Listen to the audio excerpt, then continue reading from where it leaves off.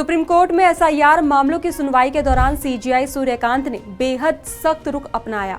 उन्होंने कोर्ट की रजिस्ट्री को स्पष्ट निर्देश दिया कि फिलहाल इस मुद्दे पर कोई भी नई याचिका स्वीकार न की जाए। सुनवाई के दौरान सीजेआई सूर्यकांत ने कहा कि पिछले कुछ महीनों में इस मामले से जुड़ी याचिकाओं की संख्या अनियंत्रित तरीके से बढ़ी है और इनमें से कई याचिकाएं सिर्फ प्रचार पाने या मीडिया में जगह बनाने के उद्देश्य से दायर की गई प्रतीत होती है। उन्होंने कहा कि पहले से लंबित मामलों पर फैसला होना बाकी है। ऐसे में लगातार नई याचिकाएं आने से कोर्ट की कार्रवाई अनावश्यक रूप से बोझिल हो रही है।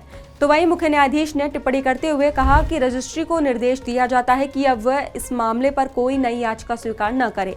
कई याचिकाएं केवल प्रचार के लिए दायर की जा रही हैं, नए मामलों की कोई आवश्यकता नहीं है।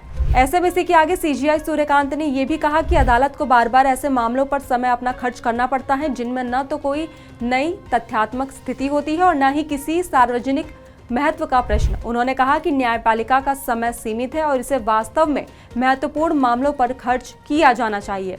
उन्होंने याचिकाकर्ताओं और वकीलों को आगाह करते हुए कहा कि अदालत फ्रीवॉल से आने की हल्की फुल्की तथा उद्देश्यहीन याचिकाओं पर जल्द ही सख्त रुख अपनाएगी। कोर्ट ने रजिस्ट्री से कहा कि फिलहाल केवल उन्हीं मामलों की सुनवाई की तैयारी की जाए जो पहले से सूचीबद्ध है या जिनमें तत्काल हस्तक्षेप की वास्तविक आवश्यकता है।